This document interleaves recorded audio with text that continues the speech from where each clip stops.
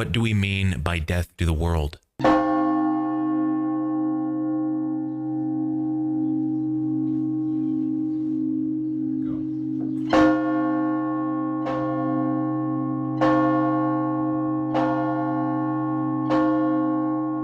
world is the general name for all the passions.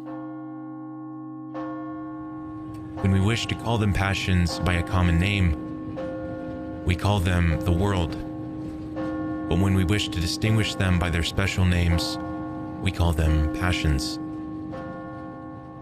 The passions are the following: desire for possessions, bodily pleasure from which comes sexual passion, love of honor which gives rise to envy, lust for power, arrogance and pride of position, the craving to adorn oneself with luxurious clothes and vain ornaments, the itch for human glory, which is the source of rancor and resentment, physical fear. Where these passions cease to be active, there the world is dead.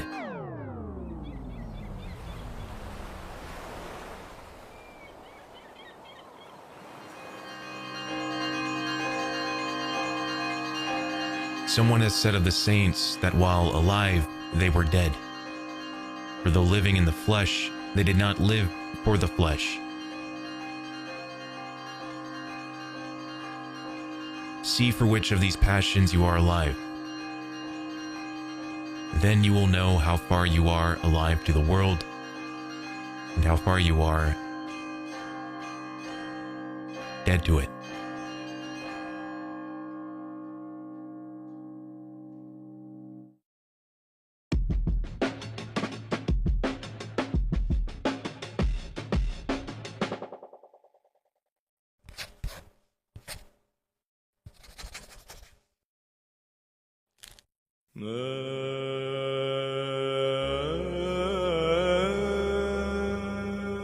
The last true rebellion is death to the world. To be crucified to the world, and the world to us.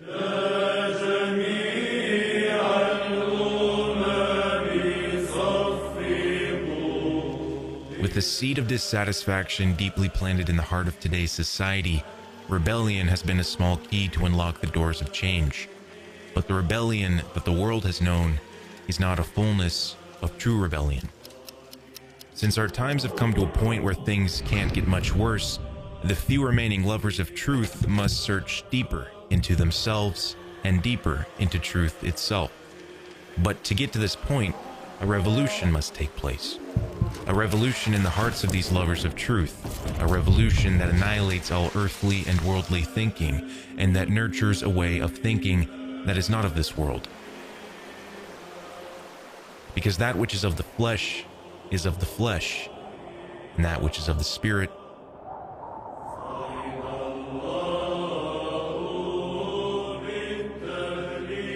There is a grave necessity for this internal revolution, for only by this progress can be made.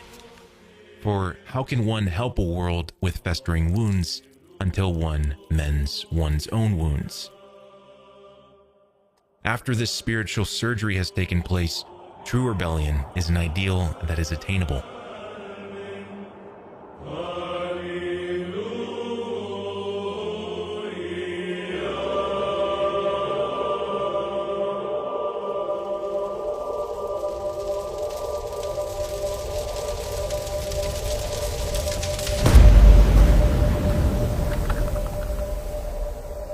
In this age of confusion and destruction, the necessary distinction between good versus evil has been deathly confused. The result of this is a philosophy of nothingness, that no ultimate truth exists, nihilism. There is neither love or hatred, good or bad, life or death. The result of this is a soul-destroying idea that even God does not exist. The natural reaction to all of this is an internal rebellion of the soul, for the soul cannot deny its own existence. At this point, an all-out unseen warfare is fully engaged. In the case of the lover of truth, The rebellion manifests itself externally in a rebellion against this corrupt world. This is good. But there are too many people who just stop at this point. Without searching any further, how can one expect to uncover the answers? True rebellion will stop at nothing in the fight for the good of the world, for the good of others, and for the good of itself in whatever way it manifests itself. It is necessary to wage a revolution in the heart in order to conquer evil with good, so as to have a rebellion in truth. This is the kind of rebellion that must take place, or else it isn't a rebellion at all. I don't know, just more like ready for it, because like we're not living in a stupid fantasy of fancy cars and everything. And it's like trying to pretend it's not there, because it is there. We face more reality, I think, than normal people. Mm-hmm. So maybe the world will improve because... It might. I don't know how, but... Because you're I mean, I have don't think... more sense of reality than... Right, I mean, I don't think it'll, like, blow up or something, but I mean, the way it is, it's just... I mean, the way the inflation and everything, I mean, there'll either be a depression or a war or something.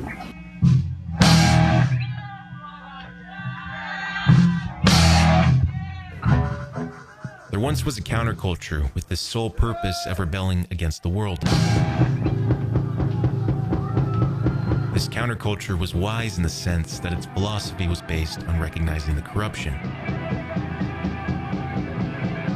In this lies half the truth. It represents more truth than the world would ever dare to acknowledge, but this counterculture must not stop at this. It must seek unto death the ultimate in truth if it is to accomplish that which it first set out to do.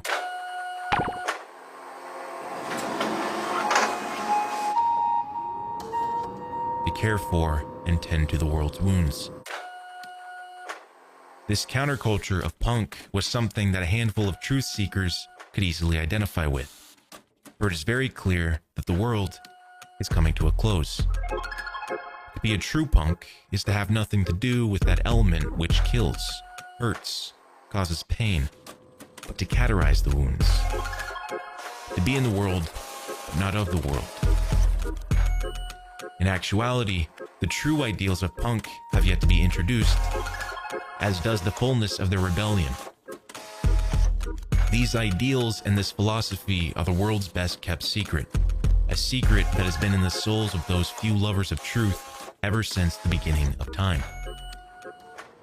in the hearts and souls of the true punks.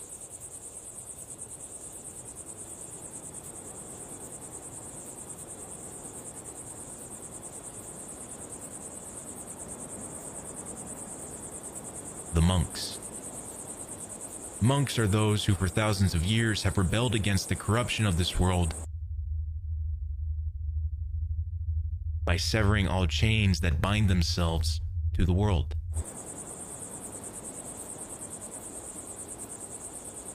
To live in caves, in holes in the ground, and to dwell in deserts. To eat maybe once a day, or even once a week. To wear the same clothes until they completely fall apart, and to rarely sleep because the cause is more important than the pleasures of this world. In these deprivations and sufferings, they would realize one thing. There is no real suffering at all than to not know God. This is the last true rebellion. To forsake the world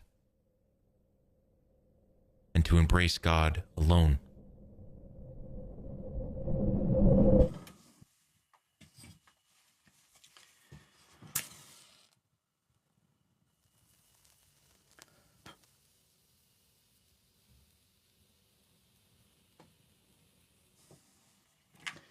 Κύριε Ιησού Χριστέ, η αιτιολόγη του Θεού ελέησόν μου τον αμαρτωλό.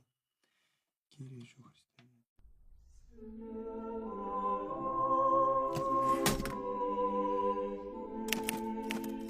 Beneath the brittle surface, the vain, self-interested clinging love, the maddening longing, which only obscures what lies below, there is a silently flowing river, a river of compassion, bowels of mercy, a feeling of other people's pain, flowing into a vast, vast ocean of sadness.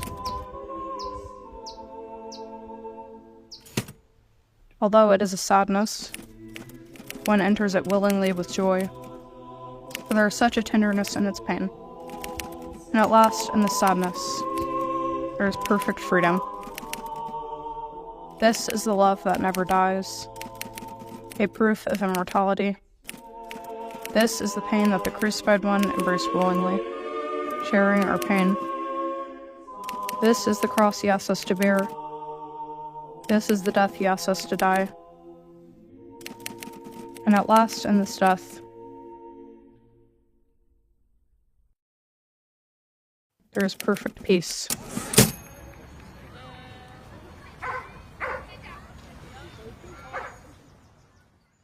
You have one unheard message. First unheard message. At the time of acute self-consciousness at the birth of adulthood,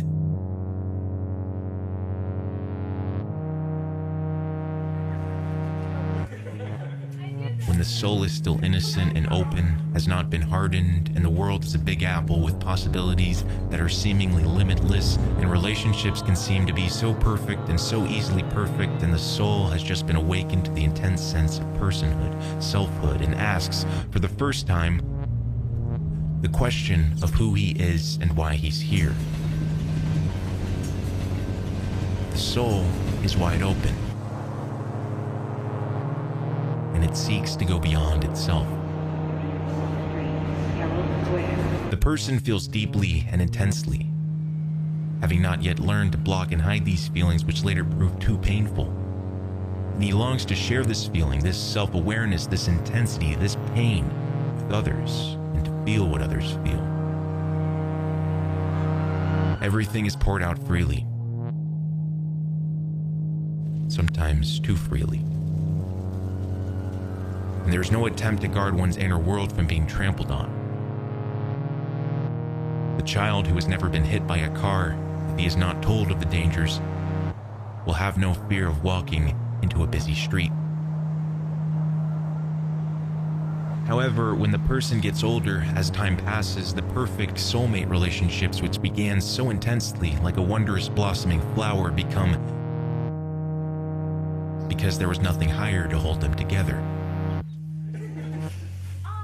And the seemingly limitless possibilities which present themselves in youth become smaller. One possibility closing itself off after another once one goes further on a certain path, where each person can only take one path at a time.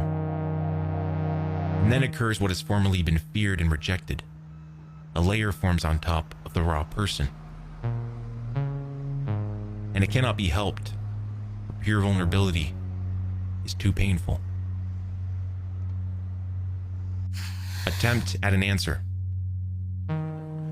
At the time of acute self-consciousness and the awareness of the eternal question, why, the person must be able to direct that self-awareness and painful yearning to something higher than himself, to God, who became flesh and suffered as we do. It is not enough to pour this painful yearning out to another person. That may help for a time, but it is not enough for eternity. The human soul seeks perfection, and there is nothing perfect except God. Other human beings, even if they seem perfect at first, always turn out to be imperfect, and that can be a great source of disillusionment. A human being can be a vehicle to reach the end, God, and almost always such a human being is needed. But that person cannot be seen as an end in himself. In our postmodern age, when youth have been denied a knowledge of God, the perfection is usually at first sought in one or usually several human beings. or in unworthy, lesser vehicles, wealth, beauty, fame. Again, one must turn one's painful feelings of self-knowledge and longing to go outside oneself, to God, for only He has the infinite love to meet them. We know God through this very pain. Remembrance of God is pain of heart endured in the spirit of devotion, but he who forgets God becomes self-indulgent and insensitive. No one achieved anything without pain of heart. The inward pain and intensity experienced in adolescence is not only good, it is even vital for the future development of the soul. It's drawing closer to God. It is a moment of truth, and that is why it is so important that these strong feelings, that all or nothing, I won't settle for second best feeling of God-given youthful idealism, be quickly channeled to Him who is not second best, but who is ultimate. If this would happen, more youth of today would turn to monasticism, which is the all or nothing life, not settling for second best, but giving up everything for a higher end, the kingdom not of this world. But there must be strength and backbone in young people to keep alive the flame of their idealistic yearning when all kinds of worldly tares attempt to choke out the newly sprouted seeds. If one channels one's pain, self-awareness, etc. upwards, there is possibility for endless growth in the spirit. However, if one keeps it flowing on a horizontal level, it will lead to stagnation, despair, or selling out. Even if one can keep going, always trying to be intense, real, if there's nothing else than that, he will just keep going around and around and around and around and around and around in circles, not getting anywhere. Life cannot be imbued with meaning simply by attempting to live it intensely. The answer, the truth, is God, who was nailed to the cross, to whom may the youth of today churn in their pain of heart, so that they will grow not just into a boring worldly adult, but into a saint, growing into the likeness of God, and will continue growing not just into middle or old age, but throughout eternity. In the words of monk Seraphim Rose, a misfit in the modern world who went through years of living hell before finding the way out, Christ is the only exit from this world. All other exits, sexual rapture, political utopia, economic independence, are but blind alleys in which rot the corpses of the many who have tried them. End of message. To delete this message, press 7. To save it in the archives, press 9. To hear more options. Message will be saved for 30 days.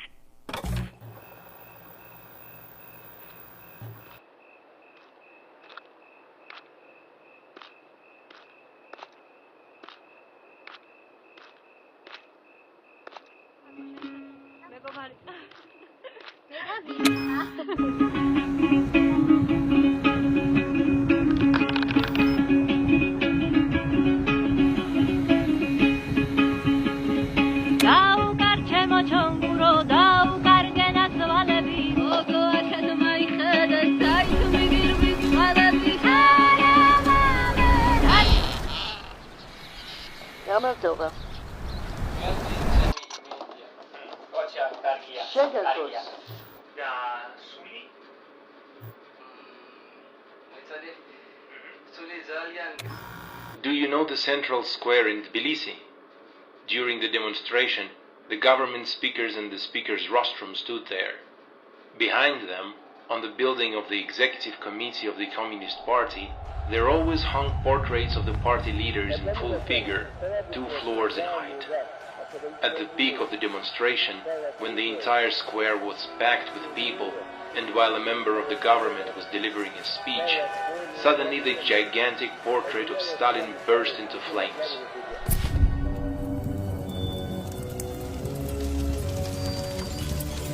Father Gabriel had gained entrance into the upper floor of the executive committee building.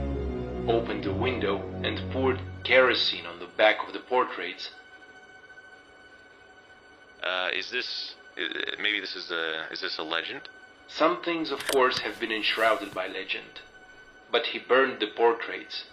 Lenin's portrait burned immediately. Horror came over the square.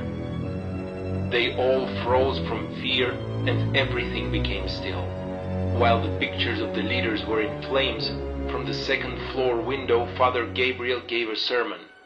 The Lord said, "Thou shalt not make unto thee idols or any graven images. Thou shalt not bow down thyself to them, nor serve them, for I am the Lord your God. Thou shalt have no other gods." Exodus 20, verse 3 to 5. The Georgians have always been Christians, so why are you bowing down before idols? Jesus Christ died and on the third day rose again, but your cast idols will never be resurrected. Even during their life they were dead.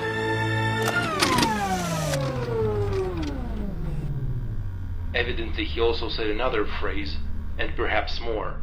They brought him down. They brought in some fire engines and raised ladders, but when they brought him down, the crowd fell upon him. They kicked him, hit him with rifle butts, flailed him with fire hoses. They screamed, "Let me finish off that louse." How could they, how did they let him, why wasn't he shot? The reason they didn't shoot him is that they carried him off almost like a corpse. His face couldn't be made out. His skull was fractured and there were 17 fractured bones in his body. He lay almost unconscious for a month, but he was treated carefully so that investigations could be conducted. It seemed that they were going to arrange a short trial, but they couldn't even get the condemned man onto a stretcher. He didn't respond to the treatment at all. The entire time he was at death's door, but he didn't die. This is what I was told. I had only just been born at the time. Beyond that, I don't know anything with certitude. Father Gabriel won't speak with anyone about it. Either it dragged on until the Khrushchev amnesties, or they tried for a long time to uncover a conspiracy to get out of him the names of the conspirators. Then, either he was certified as psychologically not responsible for his actions, or they helped him, or it became too unpleasant to the authorities. When within several years they released him, he was suspended from priestly ministry. Not only in the church, but for 10 years' time they wouldn't hire him anywhere. It is fortunate for him that there was a house, that he had a mother, the old woman who opened the gate for you.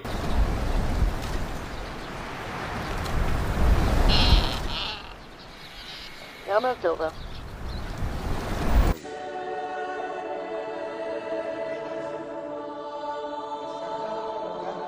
Both of them lived on his pension.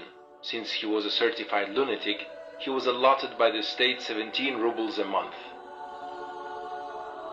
Everywhere people knew and were afraid of him.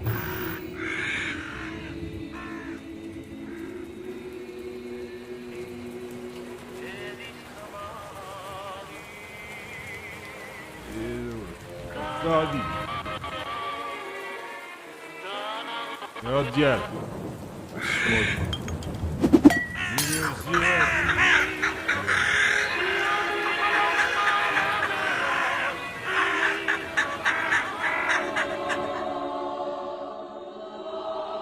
At first he wandered among the villages and was hired to guard the vineyards or to tend the fire in churches.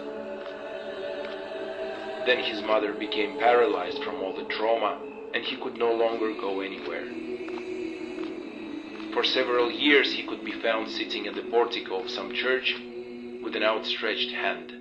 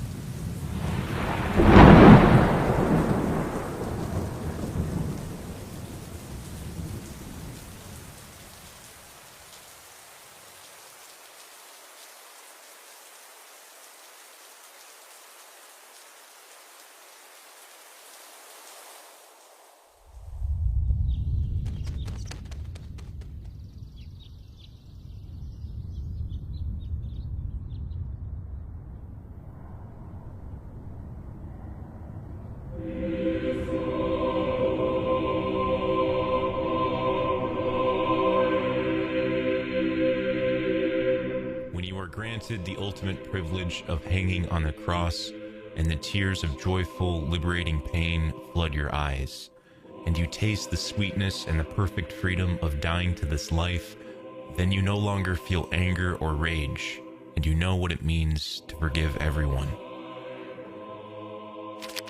And everything. You see how he, when nailed to the cross, could have forgiven everyone who has ever lived and ever will live. In a sense, nothing has changed with you. All the good in you remains. All the evil in you remains. All the passions remain and the struggle goes on. But now, you know. You know that there is nothing more sublime, beautiful, and profound than the cross. Now you know what it means that he spilled his blood for you in agony of pain, which even he was afraid and sorrowful to endure. And when he asks you to drink his blood and eat his flesh, you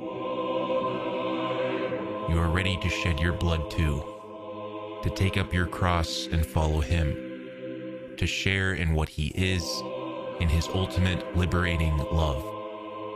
A love that is pain, but a pain that is a peace. And a peace that surpasses all understanding. And you see other human beings around you, and you still see their weaknesses. But now you feel such compassion and forgiveness for their failings, as if they were like small children, and you yourself feel like a child. And so you go on, still as the same person, you fall and get up again, but now all the transient things in life are seen as secondary, and you know that they are not everything that your soul truly desires for eternity. And above them stands that transcendent love, the ultimate act of love that the universe had never known before and will never know again. God became flesh, mocked, spat upon, tortured, and crucified by the creatures who he himself formed from the dust, and he suffered it all for their sake.